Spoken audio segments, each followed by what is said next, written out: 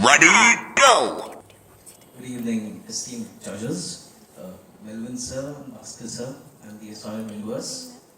I'm here to present my MD dissertation, and currently I'm pursuing DM Clinical Pharmacology. I'm a final year student. The title of my study is Evaluation of Analgesic and Anti-Inflammatory Effects of Poor Exploratory Daily Doses. A single high dose of vitamin D3 in 2 animal models of plain and Swiss albino mice. An active controlled single-blinded experimental study. And I conducted this study in the year 2019 under the guidance of Neruka sir and Kanchan Ram at Topiwala National Medical College. To review the topic, pain is a ubiquitous feature, the most common symptom compelling an individual to seek medical attention. The International Association for the Study of Pain defines it as an unpleasant sensory and emotional experience associated with actual or potential tissue damage, or described in terms of such damage. There are three variants of the stimuli, depending on the stimuli. It's mechanical, thermal, chemical.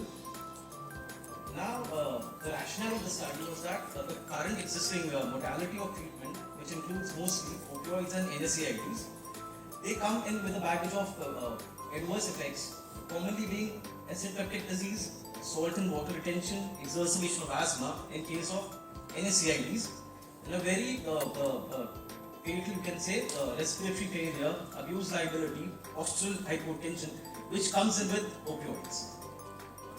Now, we went through many clinical reports and animal studies which suggested a vitamin D role in pain management. However, there are even studies which negates the role of vitamin D in pain management.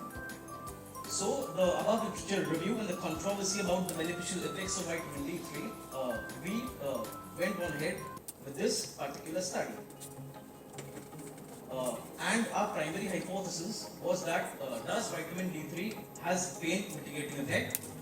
And our research question was, does vitamin D3, when given daily over a period of 21 days, have any effect on pain mitigation through central mechanism, that is opioid-like effects, or peripheral mechanisms like aspirin, in animal models of pain when compared to tramadol and diclofenac respectively?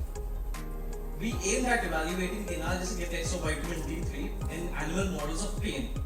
And our first objective was to compare 3 daily doses of vitamin D3, which were 15, 30 and 60 microgram per kilogram, to the standard drug, that is tramadol and diclofenac.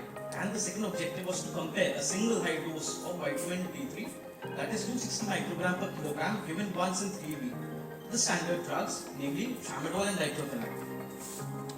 Now, our study design was that it was a prospective experimental blinded, that is, I was blinded in the study, parallel animal experiment. We conducted the study after taking institute's animal ethics committee permission, and we followed committee for purpose of control and supervision of experiments on animal guidelines. It was conducted in the Department of Pharmacology at KNMC.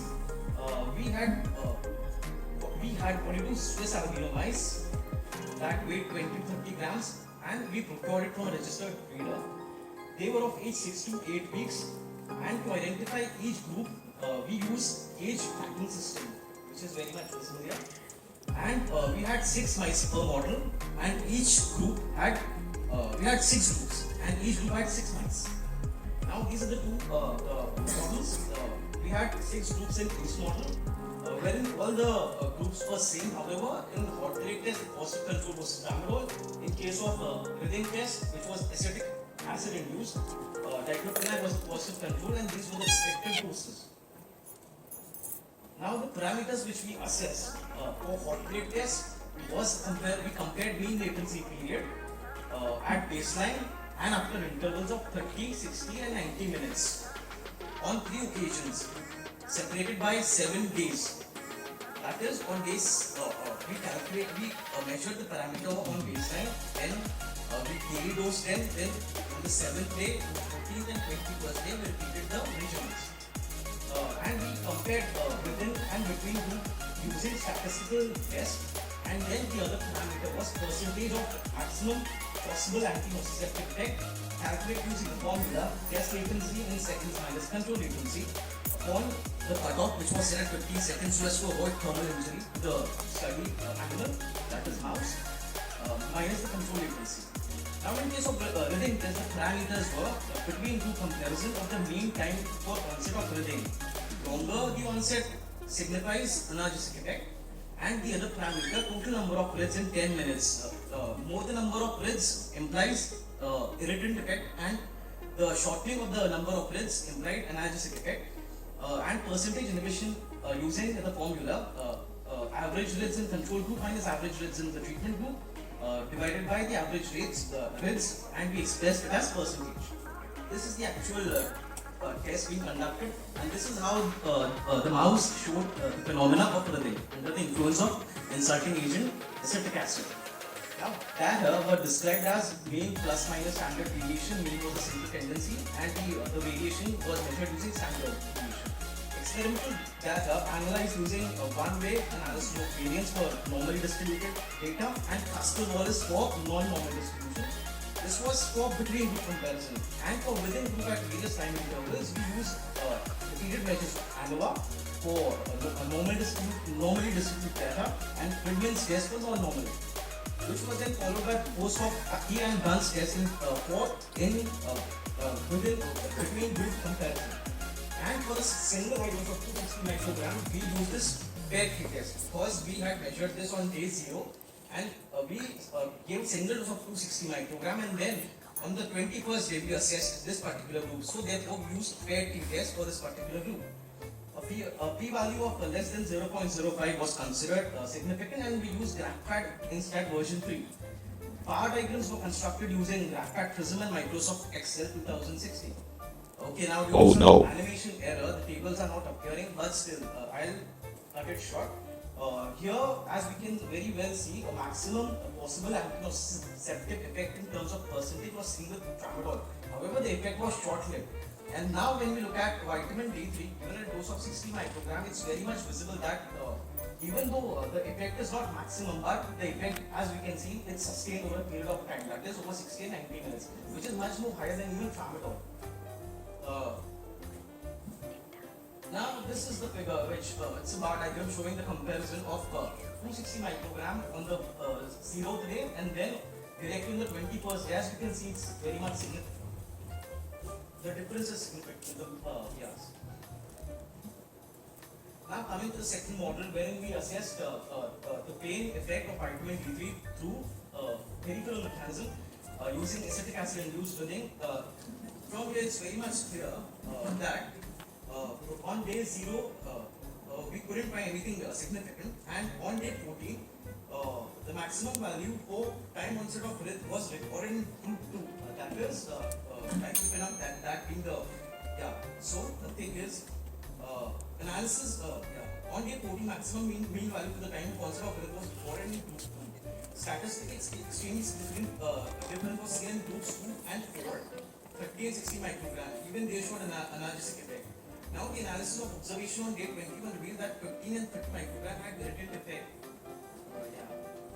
And this is the maximum percentage of inhibition of breaths, wherein we can see very much clear diclofenac reduced the pain threshold by 34%. And the principal finding of a study was that vitamin D3 exhibited variable analgesic effect at different doses and at different time interval. Now in hot plate, vitamin D3 dose of 15, 30, 60 and 260 micrograms significantly prolonged the mean latency period when compared to baseline and control, which was only pronounced on the 7th day. And 15 and 30 micrograms showed transient effect. Even 60 micrograms showed effect on day 7 and 14. And the 260 microgram dose produced long-lasting effect which outlasted even the effect of tramadol. Within test in turn, vitamin D3 failed to show consistency, as the same dose of vitamin D3 produced opposite responses. Sometimes it showed analgesic effect, on the other occasion it showed pain-inducing effect. Now what other studies show? Similar studies evaluating analgesic and anti-inflammatory properties. We only had 2 studies for present year 2019. This was very much talked about topic, and we had only 2 studies conducted by David called animal study.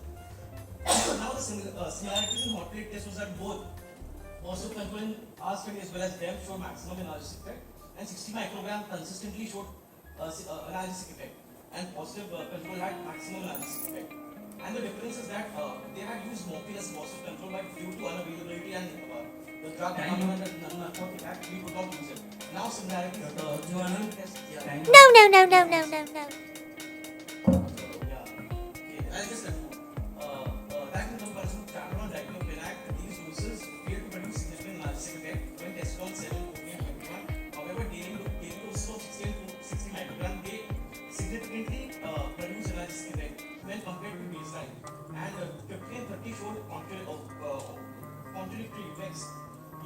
study presents an experimental evidence supporting administration of vitamin D3 in pain management.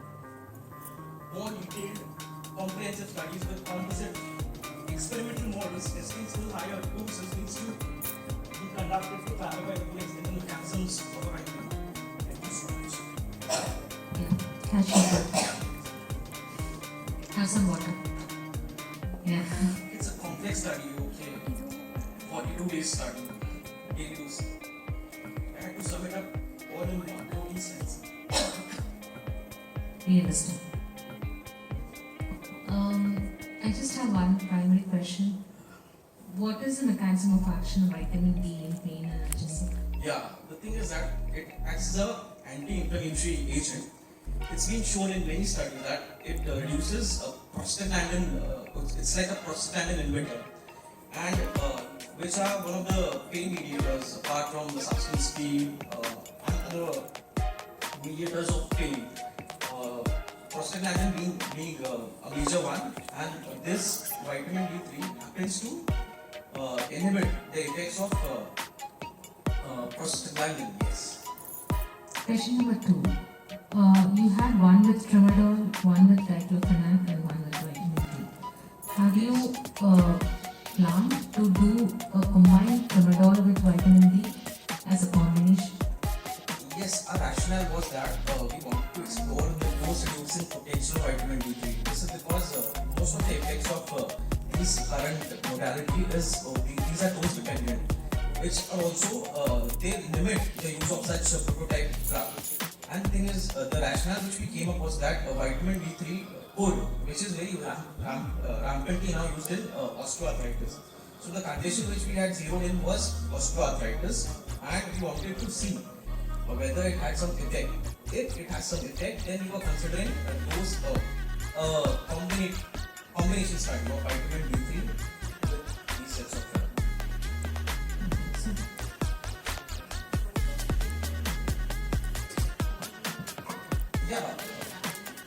To see the many of the studies which were done previously, they had explored. Okay, my reference was also previous studies. The thing is that the thing which sets my study apart is this single high dose of 260 microgram, which is in tandem with the existing regimen of 60,000 international units given once a week, which is very much commonly practiced in orthopedic OPD in our setup. So this is the reason why we contemplated adding this particular single high dose of 260 microgram per kilogram, and okay, we could find significant effects. Okay, because during my time, MD thesis time, it was a very much talked about topic, vitamin D3, which I think still it is. There are plenty more, but animals, it's not okay. Those are clinical studies. Okay, the animal studies are very much sparse, and so therefore my study will also add on to the existing data. This was my question. I wanted to ask you, sorry, it was complicated and I'm not sure I followed all of it. But did you show us any dose response for vitamin D? We explored, okay, we measured dose response in terms of in hot plate. It was the latency period, that is the time it takes after thermal stimuli is given, the time after which it rises, jumps off. So when we give an analgesic, the sensible effect would be that it would jump off at a later time. So therefore we found this particular effect of vitamin D3, which however, over a period of time, since we had used this drug daily, the thing we found out was that under the influence of chronic dosing, the latency, the baseline values were raised, which made the comparison using At one particular time point, two higher doses increase the latency at any one particular time point. The 60 microgram did show sustained effect at 60 as well as 90 minutes. No, I'm not talking about that. When you give different doses of a drug, so sometimes when you get results like this, which are confusing results, you don't know what. One very clear guidance is whether you get a dose response or not. You give, I'm not using any of the numbers that you want to talk about, but if you were to give 10 milligrams and 10 micrograms per milliliter, whatever it is, and you get X response.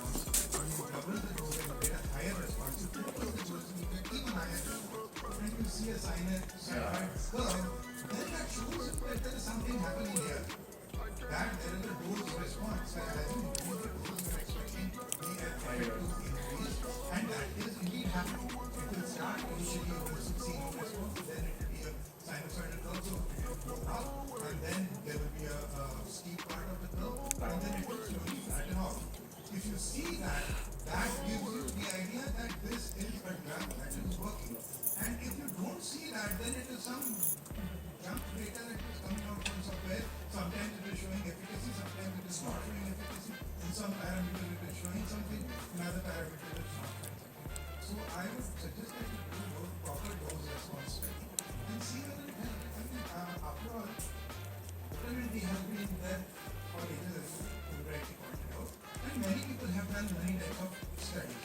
Why give trouble to these poor animals, and why would, if I was on an ethics for animal ethics committee, I would say, first of all, you do a proper scientific study, you give me a dose response, and only then I will approve this kind of study. Otherwise, why give trouble to rats or mice? Actually, you need to check the toxicity also when you increases the doses of vitamin D. Right? Okay. Yes, ma'am. Co-model. Yeah. And the beauty of this particular case, taking into that particular consideration which you had, we reused the same set of animal, and by giving them a suitable recovery period of 21 days. So we reuse the same set of animals so as to minimize even we consider this ethical aspect also, so as to not. But they were still rising, right? Yeah, sir, they have to show the effect.